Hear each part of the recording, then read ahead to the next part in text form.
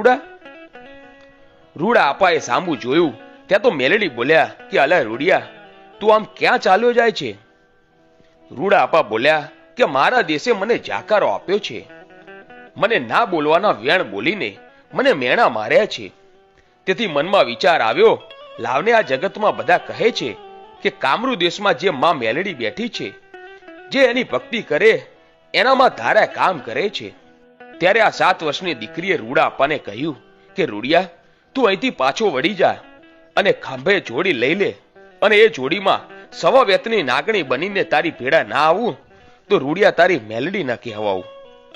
પણ જોજે રૂડિયા, તું મારી મેલડીનો થઈને જ રહેજે હો, અને આ જોડીને સદાય ખંભે જ રાખજે. પણ રૂડિયા જોજે, જે દિવસે તું આ જોડી ખભેથી ઉતારીશ તે દિવસે તારો અને મારો વ્યવહાર પૂરો થશે. ભલે માડી ભલે.